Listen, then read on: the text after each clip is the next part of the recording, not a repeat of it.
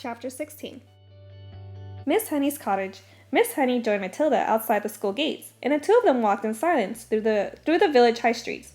They passed the greengrocer with his windows full of apples and oranges, and the butcher with bloody lumps of meat on display, and naked chickens hanging up, and the small bank and the grocery store and the electric shop. And then they came out at the other side of the village, onto the narrow country road, where there were no people anymore, and a very few motor cars. And now that they were alone, Matilda all of a sudden became wildly animated. It seemed as though a valve had burst inside her, and a great gush of energy was being released. She trotted beside Miss Honey with wild little hops, and her fingers flew as she would scatter them to the four winds, and her words went off like firecrackers, with terrific speed. It was Miss Honey this, and Miss Honey that, and Miss Honey, I do honestly feel I can move almost anything in the world, not just tippling over glasses and little things like that. I feel I could topple tables and chairs, Miss Honey, even when people are sitting in the chairs. I think I could push them over, and bigger things too, much bigger things than chairs and tables. I only have to take a moment to get my eyes strong, and then I push it out. And this strongness at anything at all, so long as I stare at it hard enough. I have to stare at it very hard, Miss Honey, very, very hard, and then I can feel it all happening behind my eyes, and my eyes get hot just as though they were burning. But I don't mind that in the least, Miss Honey. Calm yourself down, child. Calm yourself down, Miss Honey said. Let us not get ourselves too worked up so early in the processing. But you do think it's interesting, don't you, Miss Honey? Oh, it is interesting, all right, Miss Honey said. It's more than interesting, but we must tread very carefully from now on, Matilda. Why must we tread carefully, Miss Honey? Because we are playing with mysterious forces, my child, that we know nothing about. I don't think they are evil. They may be good. They may be a divine. But whether they are or not, let us handle them carefully. These words were wise words from a wise old bird, but Matilda was too steamed up to see it that way. I don't see why we have to be so careful, she said, still hopping about. I'm trying to explain to you, Miss Honey said patiently, that we are dealing with unknown. It is an unexplainable thing. That's right. The right word for it is a phenomenon. It's a phenomenon. Am I a phenomenon? Matilda asked. It's quite possible that you are, Miss Honey said. But I'd rather you didn't think about yourself as anything in particular at that moment. What I thought we might do is explore this phenomenon a little bit further. Just the two of us, together. Making sure we are taking things very carefully all the time. You want me to do some more of it then, Miss Honey? That is what I am tempted to suggest, Miss Honey said cautiously. Goody good, Matilda said. I myself, Miss Honey said, am probably far more bowled over about what you did than you are, and I'm trying to find some sort of reasonable explanation. Such as what? Matilda asked. Such as whether or not it's got something to do with the fact that you are quite especially precautious.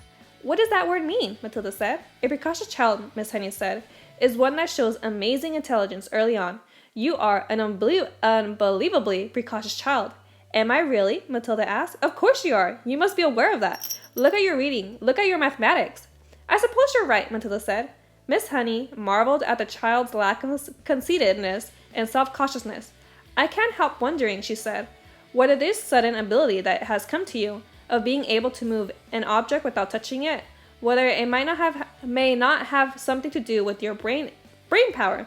You mean there might not be room in my head for all those brains, so something that has to push out? That's not quite what I mean, Miss Honey said, smiling. But whatever happens, I say it again. We must tread carefully from now on. I have not forgotten that strange and distant glimmer on your face after you tipped over the last glass. Do you think doing it could actually hurt me? Is that what you're thinking, Miss Honey? It made you feel pretty peculiar, didn't it? It made me feel lovely, Matilda said. For a moment or two, I was flying past the stars on silver wings. I told you that. And shall I tell you something else, Miss Honey? It was easier the second time. Much easier. I think it's like anything else. The more you practice it, the easier it gets. Miss Honey was walking slowly so that the small child could keep up with her without trotting too fast. It was very peaceful out there on the narrow road now that the village was behind them. It was one of those golden autumn afternoons, and there were blackberries and splashes of old man beards in the hedges, and the hawthorn berries were ripened scarlet for the birds. When the cold winter came along, there were tall trees here and there on either side, oak and scarmore and ash, and occasionally a sweet chestnut. Miss Honey, wishing to change the subject for the moment, gave the names of all these to Matilda, and taught her how to recognize them by the shape of their leaves and the patterns of the bark on their trunks. Matilda took all this in and stored the knowledge away carefully in her mind. They came finally to a gap in the hedge on the left side of the road, where there were 5 bare gates. "This way," Miss Honey said, and she opened the gate and led Matilda through it and closed it again. They were now walking along a narrow lane that was no more than a rutted car track. There was a high hedge of hazel on either side, and you can see clusters of ripe brown nuts in their green jackets. The squirrels would be collecting them all very soon, Miss Honey said, and storing them away carefully for the bleak months ahead. "You mean you live down there?" Matilda asked. "I do," Miss Honey replied, but she said no more. Matilda had never once stopped to think about where Miss Honey might be living. She had always regarded her purely as a teacher, a person who turned up out of nowhere and taught at school and then went away again. Do any of us children, she wondered, ever stop to ask ourselves where our teachers go when school is over for the day? Do we wonder if they live alone, or if there is a mother at home, or a sister, or a husband? "Do you live all by yourself, Miss Honey?" she asked. "Yes," Miss Honey said, "very much so." They were walking over the deep sun-barked mud tracks of the lane, and you had to watch where you put your feet if you didn't want to twist your ankle. There were a few small birds around in the hazel branches, but that was all. "It's just a farm labor cottage," Miss Honey said. You mustn't expect too much of it. We're nearly there." They came to a small green gate, half burned in the hedge on the right and almost hidden by the overhanging hazel branches. Miss Honey paused with one hand on the gate and said, "There it is. That's where I live." Matilda saw a narrow, dirty patch leading to a tiny red brick cottage. The cottage was so small, it looked more like a doll's house than a human dwelling. The brick it was built of were old and crumbling and very pale red. It had a gray slate roof and one small chimney, and there were 2 tiny little windows at the front. Each window was no larger than a sheet of a tabloid newspaper, and there was clearly no upstairs to the place. On the either side of the path, there was a wilderness of nettles and blackberry thorns and long brown grass. An enormous oak tree stood overshadowing the cottage. Its massive spreading branches seemed to be enfolding and embracing the tiny building, and perhaps hiding it as well from the rest of the world. Miss Honey, with one hand on the gate, which she had not yet opened, turned to Matilda and said, "A poet called Dylan Thomas once wrote some lines that I think of it every time I walk up this path." Matilda waited, and Miss Honey, in a rather wonderful slow voice, began reciting the poem.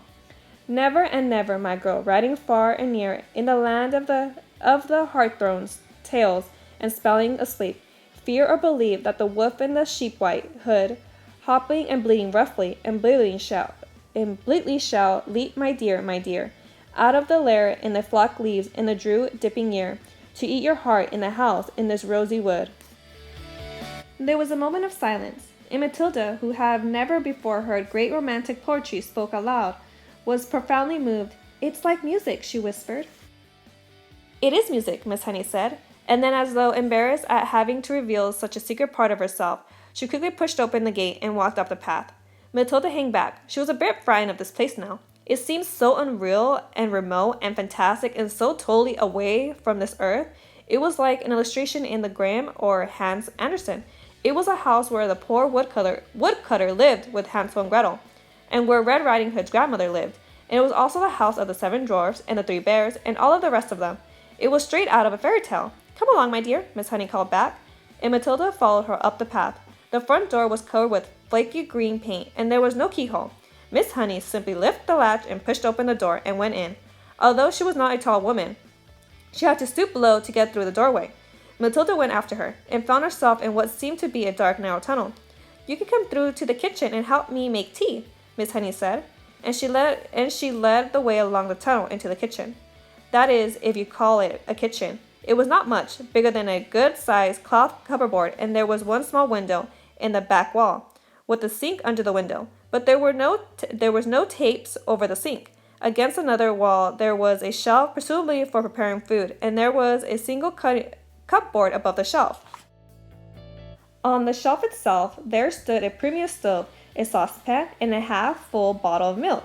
A Primus is a little camping stove that you fill with paraffin and you lit it at the top and then you pump it to get pressure for the flame. "You can get me some water while I lit the Primus," Miss Honey said. "The well is out at the back. Take the bucket, here it is. You find a rope in the well. You just hook the bucket on the end of the rope and..." Lower it down, but don't fall in it yourself.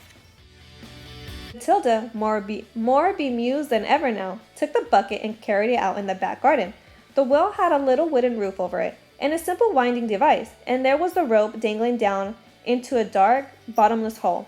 Matilda pulled up the rope and hooked the handle of the bucket onto the end of it. Then she lowered it until she heard a splash, and the rope went slack. She pulled it up again, and lo and behold, there was water in the bucket. Is this enough? She asked, carrying in it. Just about, Miss Honey said. I don't suppose you've ever done that before. Never, Matilda said. It's fun. How do you get enough water for your bath? I don't take a bath, Miss Honey said. I wash standing up.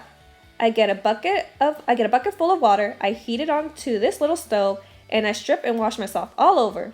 Do you honestly do that? Matilda asked. Of course I do, Miss Honey said. Every poor person in England used to wash that way, until not so very long ago. And they didn't have a Primus. They had to heat the water over the fire in the hearth. Are you poor, Miss Honey? Yes, Miss Honey said. Very. It's a good little stove, isn't it? The Primus was roaring away with the powerful blue flames, and already the water in the saucepan was beginning to boil. Miss Honey got a teapot from the cupboard and put some tea leaves into it. She also found half a small loaf of bread. She cut 2 thin slices, and then from a plastic container she took some margarine and spread it on the bread. Margarine, Matilda thought. She really must be poor. Miss Honey found a tray, and on it she put 2 mugs, the teapot, the half bottle of milk, and a plate with 2 slices of bread. I'm afraid I don't have any sugar, she said. I never use it. That's all right, Matilda said. In her wisdom, she seemed to be aware of the delicacy of the situation, and she was taking great care not to say anything to embarrass her companion. Let's have it in the sitting room, Miss Honey said, picking up the tray and leading the way out of the kitchen and down the dark little tunnel into the room at the front. Matilda followed her, but just inside the doorway of the so-called sitting room, she stopped and stared around her in absolute amazement. The room was as small and square and bare as a prison cell. The pale daylight that entered came from a single tiny window in the front wall, but there were no curtains. The only objects in the entire room were 2 upturned wooden boxes to serve as chairs, and a third box between them for a table. That was all. There were no pictures on the walls, no carpet on the floor, only roughly unpolished wooden planks, and there were gaps between the planks where dust and bits of grim had gathered. The ceiling was so low that with a jump Matilda could nearly touch it with her fingertips. The walls were white, but the whiteness didn't look like paint. Matilda rubbed her palms against it, and a white powder came off onto her skin. It was the cheap stuff that is used in cow sheds and stables and hen houses. Matilda was appalled. Was this really where her neat and trimly dressed schoolteacher lived? Was this all she had to come back to after a day's work? It's unbelievable. And what was the reason for it? There was something very strange going on around here, surely. Miss Honey put the tray on one of the upturned boxes. Sit down, my dear, sit down, she said. And we'll all have a nice hot cup of tea. Help yourself to bread. Both slices are for you. I never eat anything when I get home. I have a good old tuck-in at school lunch, and that keeps me going until the next morning. Matilda perched herself carefully on an upturned box, and more out of politeness than anything else, she took a slice of bread and margarine and started to eat it. At home, she would have been having buttered toast and strawberry jam and probably a piece of sponge cake to round it off. And yet, this was somehow far more fun. There was a mystery here in this house, a great mystery. There was no doubt about that, and Matilda was longing to find out what it was. Miss Honey poured the tea and added a little milk to both cups. She appeared to be not in the least ill at ease, sitting on an upturned box in a bare room and drinking tea out of a mug that she balanced on her knee. You know, she said, I've been thinking very hard about what you did with that glass. It is a great power you have been given, my child. You know that. Yes, Miss Honey, I do, Matilda said, chewing her bread and margarine. So far as I know, Miss Honey went on, nobody else in the history of the world has been able to compel an object to move without touching it, or blowing on it, or using any outside help at all. Matilda nodded but said nothing. The fascinating thing, Miss Honey said, would be to find out the real limit of this power of yours. Oh, I know you think you can move just about anything there is, but I have my doubts about that. I'd love to try something really huge, Matilda said. What about a distance? Miss Honey asked. Would you always have to be close to the thing you're pushing? I simply don't know, Matilda said. But it'll be fun to find out.